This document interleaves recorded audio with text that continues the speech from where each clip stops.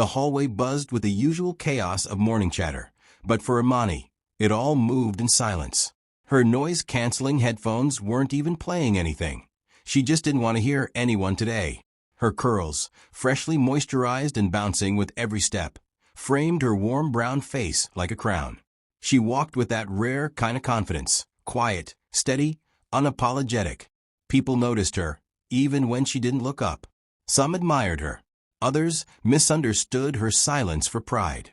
But Imani wasn't trying to be better than anyone. She just knew she was, and in a world constantly trying to mold girls like her into something quieter, something easier to handle, that alone made her a threat. As she passed through the hallway, heads turned. She didn't flinch. Her eyes stayed forward, focused, calm. But behind her, whispers followed. Kaylee, surrounded by her usual crew, watched her walk by like a hawk stalking its prey. Kaylee was everything loud. Loud clothes, loud voice, loud insecurities wrapped in fake confidence. She ruled the school's social ladder with sharp words and sharper intentions, and she didn't like what she couldn't control. To her, Imani's peace was an insult. It annoyed her that Imani didn't try to fit in, didn't beg for attention, didn't crumble under the pressure to conform. It didn't help that Kaylee's boyfriend had once said Imani had queen energy, something Kaylee had never forgotten, even though it was a passing joke. Jealousy sat in Kaylee's chest like acid, and today, she was tired of swallowing it. Imani stepped into her homeroom, choosing her usual seat by the window. She loved that spot. It gave her just enough sunlight to feel warm, just enough distance to stay unnoticed. She pulled out her sketchbook and started drawing like she always did, letting her pencil glide across the page as if it had a mind of its own. On the paper, a warrior woman with a strong jawline and a crown of curls came to life, holding a staff, surrounded by fire, eyes calm but fierce. It was how Imani saw herself, not in a literal way, but in the way she wanted to feel, protected, in control, untouchable. But her hands trembled slightly. Even though she looked peaceful, there was something inside her, something heavy, something tired. She missed her aunt, the only family member who ever made her feel seen. It had been almost a year since her passing, and grief still showed up uninvited in moments like these, soft, quiet, unwelcome. She blinked it away. She didn't cry in public. Not anymore. Behind her, laughter erupted. Loud, fake, forced. Kaylee had entered the room like she owned it, her voice rising above the rest. Imani kept her eyes on her drawing, pretending not to notice, but she felt it. The shift in energy, the heat of someone watching her too closely. Kaylee's heels clacked louder than necessary as she walked past, brushing a little too close to Imani's desk. Imani didn't flinch. That annoyed Kaylee more than anything. She wanted a reaction. She wanted Imani to feel small. But Imani had learned long ago, reacting gives people power. She wouldn't give Kaylee that satisfaction. The day dragged on, and the tension didn't ease. In the cafeteria, Imani sat alone by choice, reading a book while sipping on an orange juice she brought from home. The table next to her erupted in giggles when Kaylee dramatically reenacted someone tripping in gym class, clearly trying to draw attention. Imani didn't look up. She wasn't trying to be a hero. She wasn't trying to win a popularity contest. She just wanted to get through the day without being a target. But the universe doesn't always let peace live long when insecure people feel threatened by it. As the final bell rang, Imani felt that familiar rush, not relief, but escape. School was a battlefield for girls like her. Being confident in your skin without explanation made you a magnet for people's projections. She headed to her locker, switching out books, headphones back in place. She didn't notice Kaylee and her crew watching from the corner. Kaylee's lips curled into a smile that didn't reach her eyes. She had a plan. One she thought was funny. One she thought would finally humble the girl who thought she was untouchable. But what Kaylee didn't know, couldn't possibly understand, was that Imani had been through storms no one at this school could imagine. She had faced grief that left her screaming into pillows at 2 a.m., trauma that made her flinch at sudden sounds, and a loneliness that once made her go 2 whole days without speaking a word. So no, Imani wasn't loud. She didn't need to be. Her silence was armor. Her stillness was power. And if Kaylee thought cutting a few curls would break her, she was about to learn just how wrong she was. By the time the second period rolled around, Imani had already counted 3 fake smiles and 2 passive-aggressive whispers pointed in her direction. She didn't need to hear the full sentences to understand them. She had grown up fluent in the language of indirect hatred. The glances, the exaggerated eye rolls, the sudden laughter right as she walked past. It was nothing new. She had seen it back in middle school when she started wearing her natural hair out and didn't flinch when people called it wild. She had seen it in church when grown women whispered that she was too quiet and too proud. People didn't like what they couldn't label. And Imani? She didn't fit into anyone's box. That made her dangerous. During history class, she sat at her desk with her arms folded, eyes forward but mind drifting elsewhere. Her teacher's voice echoed something about revolutions and resistance. But Imani wasn't listening. Her mind was replaying a memory, not from last week, not from school, but from a chilly Sunday afternoon in her aunt's backyard.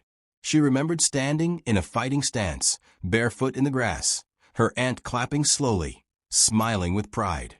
Again, Aunt Tasha had said, but this time, feel your feet. Balance is your power, baby girl. Imani remembered the way she had felt in that moment, grounded, strong, like nothing could push her over. She missed that version of herself. These days, she often felt like she was just surviving, walking through hallways filled with fake friends, hiding her full self so she wouldn't be accused of being too much. But that fire was still there. It hadn't gone out. It was just waiting. Beside her, 2 girls passed a note that wasn't folded all the way. It slid near her foot and landed just enough in the open for her to catch a glimpse. She acts like she's better than us, LOL.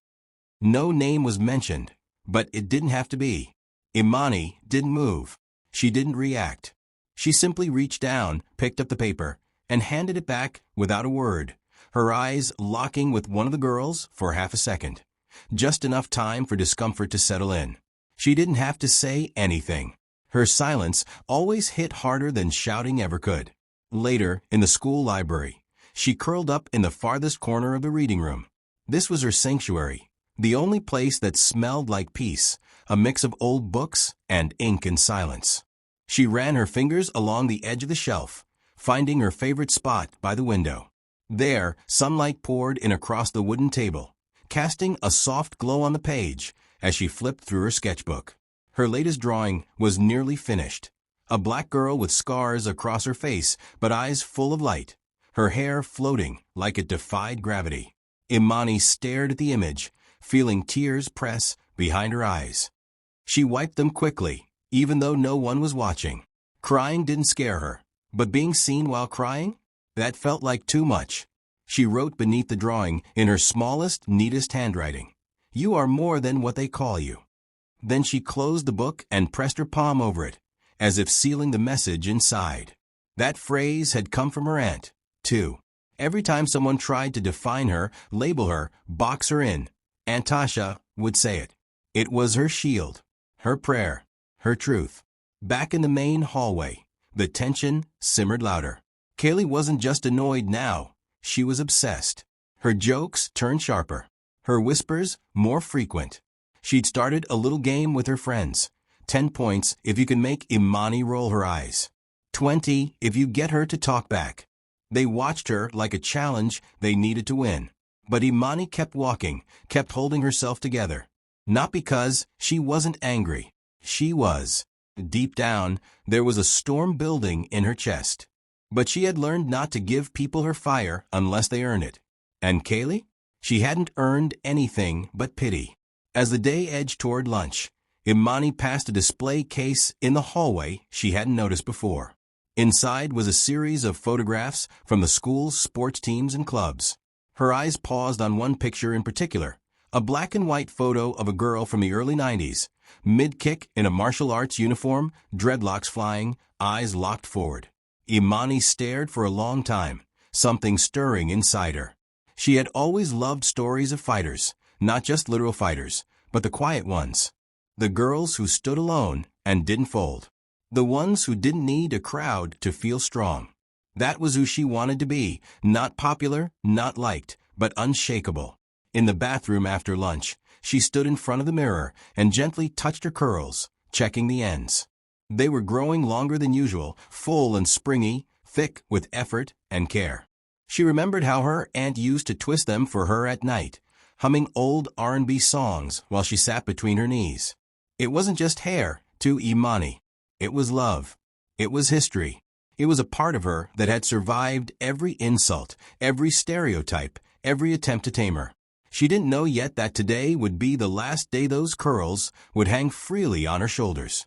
She turned away from the mirror and left the bathroom just as Kaylee walked past, laughing loudly, fake and bright, her eyes brushing Imani with something dangerous.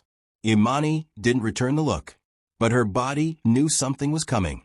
Her stomach tightened. Her hands curled slightly. It was like the air itself had shifted, like the day had cracked open, and something dark was leaking through.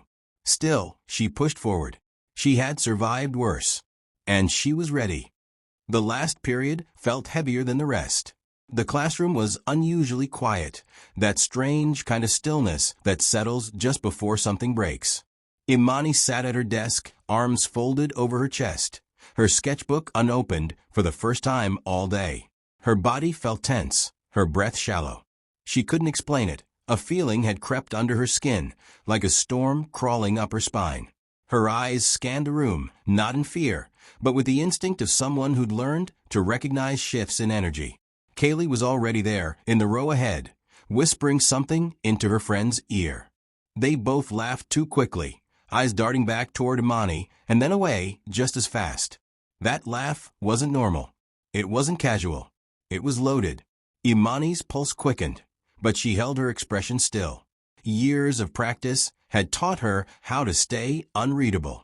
When the final bell rang, students packed their bags and flooded the hallway like water breaking through a dam. Imani waited a moment before getting up. She always did. She didn't like crowds. She liked to move in her own rhythm. She stepped into the hallway just as it began to thin out, the noise dimming, lockers slamming shut one after the other. Her locker was around the far corner, tucked away in a quieter hallway where teachers rarely walked. She liked it that way. It gave her space. Safety. At least it used to. She bent down to open her locker, twisting the dial with muscle memory. As she reached inside to grab her sketchbook, her headphones, and her hoodie, she felt something shift in the air behind her. Fast, sudden, cold. A rush of footsteps. A gasp. Then a tug. At first, she didn't understand what was happening. She felt her head yank back sharply, followed by a slicing sound. And then silence. For one terrible moment, the world stopped. The hallway disappeared. Her breath caught in her throat. It wasn't pain she felt. Not yet. It was confusion. A stunned, sick kind of disbelief that made her freeze. Then laughter. Harsh. Loud. Mocking. Her body turned before her mind caught up. In her peripheral vision, she saw it. Kaylee standing behind her, scissors still in hand, a chunk of Imani's curls hanging like a trophy between her fingers. Another girl had her phone out, already recording. Imani's hand flew to her head, and her fingers met the uneven patch, the blunt cut, the broken curl. It wasn't just hair. It was her. Her identity. Her culture. Her grief. Her love.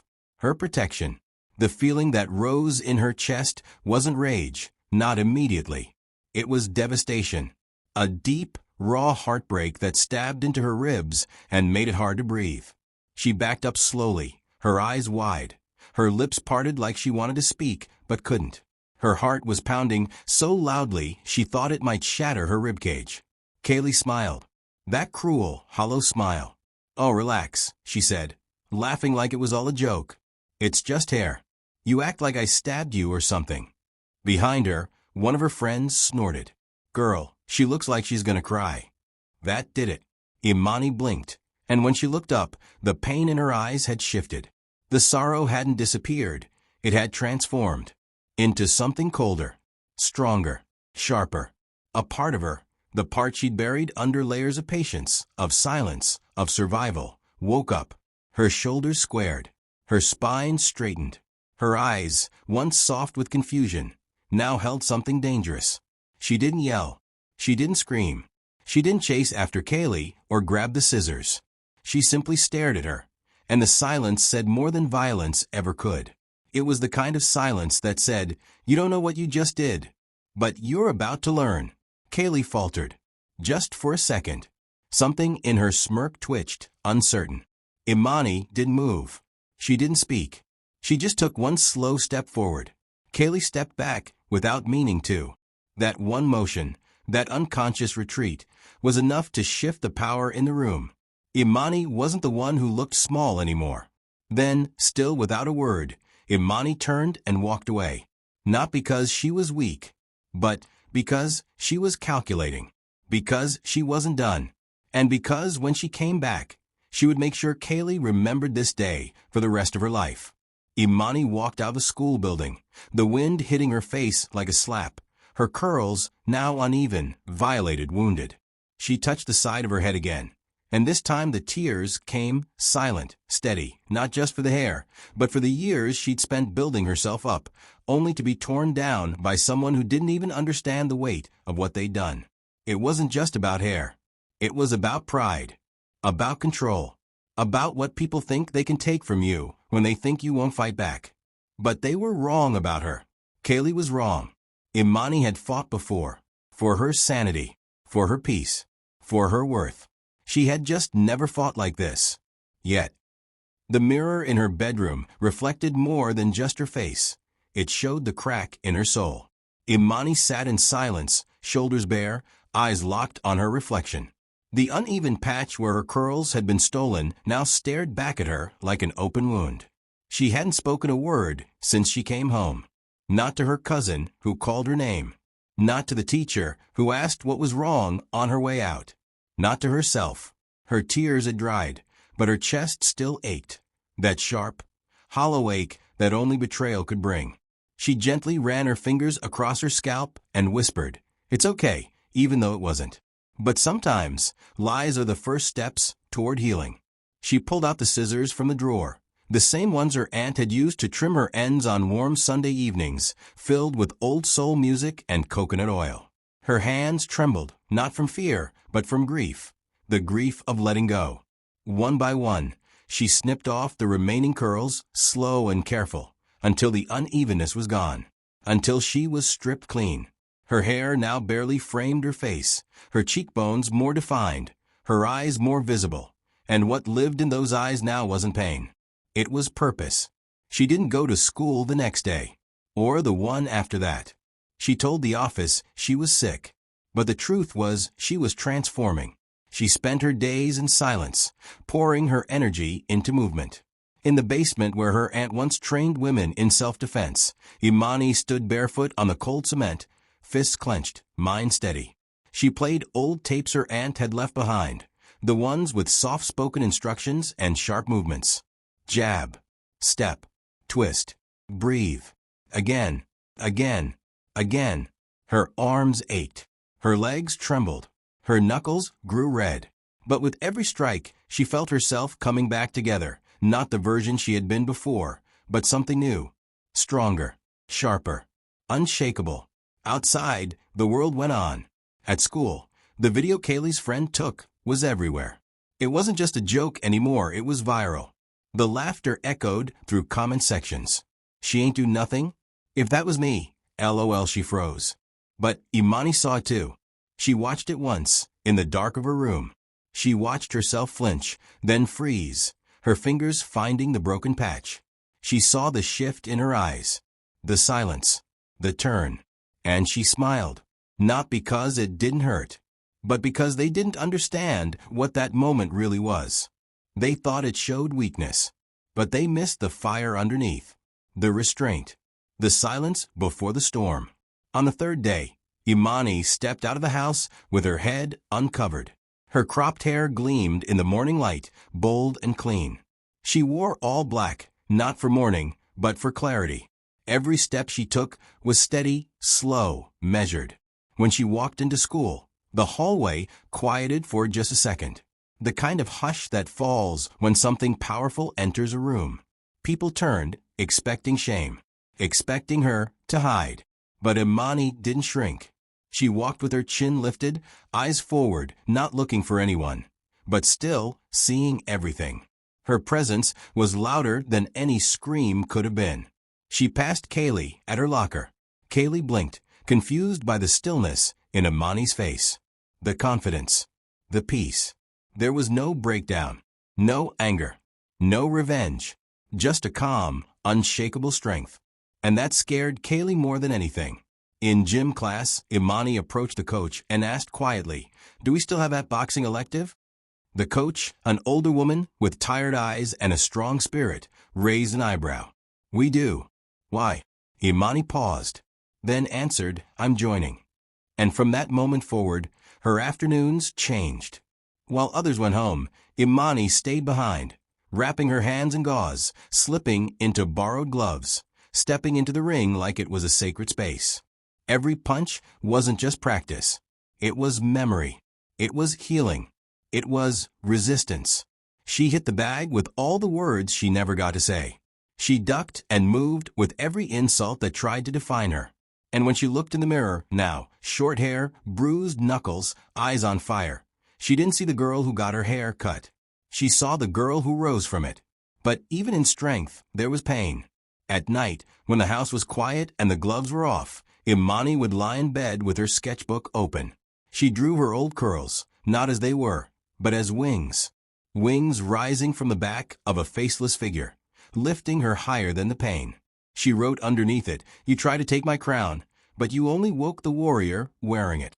Her story wasn't over. She was just getting started. The whispers weren't the same anymore. They were quieter now. Less mocking, more confused. At first, people thought Imani was just putting on a show. That her silence was temporary. That the short hair and new confidence were just a mask to cover what she must have felt. Shame, humiliation, weakness. But as the days passed, the energy shifted. She wasn't breaking. She was becoming. Imani walked the halls like they didn't belong to her enemies anymore. She didn't speak much, but she didn't have to. Her presence was loud enough. People moved out of her way without realizing it. She carried herself like someone who had learned to walk through fire without flinching. And that unsettled the very people who once believed they held power over her. Kaylee felt it most. Kaylee used to walk with a group that echoed her. Laughter, jokes, eyes constantly searching for weakness in others. But now, that laughter was nervous. It wobbled when Imani was near. Her friends kept checking her face to see if she'd say something reckless. They didn't say it out loud, but even they sensed it. The balance had shifted. The girl they once made into a target had become something they didn't know how to approach anymore. In the gym after school, Imani kept training. Her punches landed harder. Her breathing more controlled. She moved with purpose, not for others to see, but for herself. Coach noticed it too, the precision, the intensity, the fire in her eyes that didn't burn out. "You've got something rare," Coach said one day, watching her from a distance. "You fight like someone who's already survived the worst." Imani didn't answer. She just tightened her gloves and nodded. Because it was true. Outside of school, the story had shifted. The video of the haircutting prank was still online, but now it carried a different weight. More and more people began commenting things like, "She didn't need to react. She let the world react for her." Others began questioning Kaylee's behavior. Teachers whispered about it in the staff room. Parents started emailing the school. And Kaylee? She felt it closing in. What once was a joke had become a stain on her name. She was no longer the leader. She was the reminder of what cruelty looks like when it's caught on camera. But Imani wasn't thinking about Kaylee anymore. She was building herself piece by piece. She was waking up earlier, running laps before school. Her aunt, sensing the shift in her, began training with her again. They didn't talk about what happened. They didn't need to. They just moved together, jab, breath, pivot, balance. "Control," her aunt would say. "You already have the power. You just need to know when to use it." And Imani listened, not just to her aunt's words, but to herself, to the voice inside her that was no longer afraid. In the art room, she returned to her sketchbook with new vision. Her drawings changed. The girl she used to draw, soft, observant, always looking out, had evolved. Now she was fierce, strong, a protector. Sometimes Imani would draw her mid-fight, arms raised, eyes lit up with fire. Other times, she was standing in the aftermath, calm and undefeated. She no longer needed to imagine a hero. She was becoming her own. Then one afternoon, as Imani packed up her things, a younger girl from the freshman class approached her, small, shy, with nervous fingers clutching her backpack strap. She stammered, I just wanted to say what she did to you wasn't right. And I think you're really brave. Imani blinked, surprised. For a second, she didn't know what to say. Then she smiled, soft and real, the first in days. Thank you, she said, voice low but steady. That means more than you know. She walked home that day with something blooming in her chest. Not pride, something deeper. A sense of responsibility. Her fight wasn't just hers anymore. She had become a symbol. Not because she asked for it, but because the world had watched her rise when she was expected to fall. That night, she stood by her bedroom window, watching the city lights flicker. She touched the side of her head where her curls once lived and whispered, "You took nothing from me." Her voice didn't shake.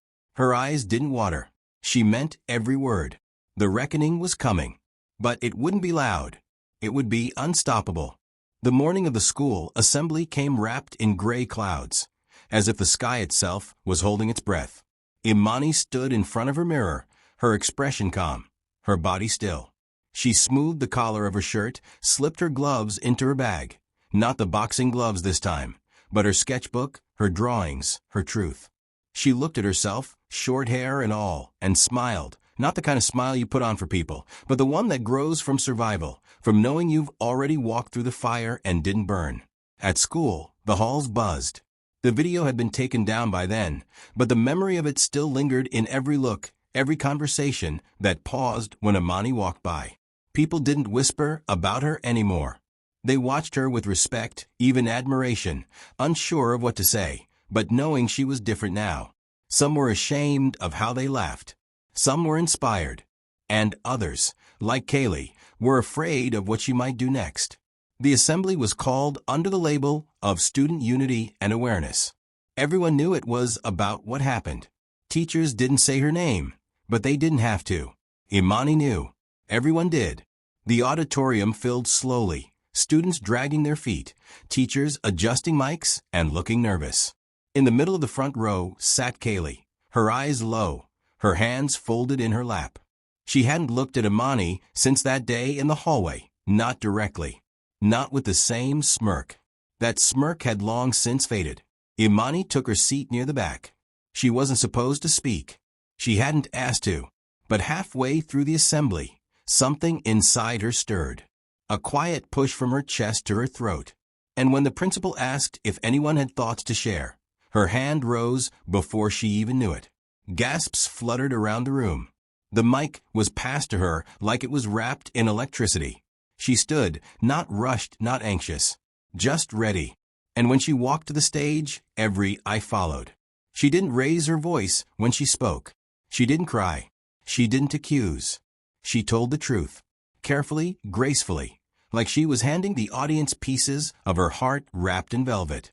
She spoke about hair, what it means to a black girl, the history, the culture, the hours spent detangling and moisturizing, the pride passed down through generations. She spoke about identity, how it feels to be mocked, to be violated, to be made a joke, how the silence afterwards isn't weakness, it's a storm gathering strength.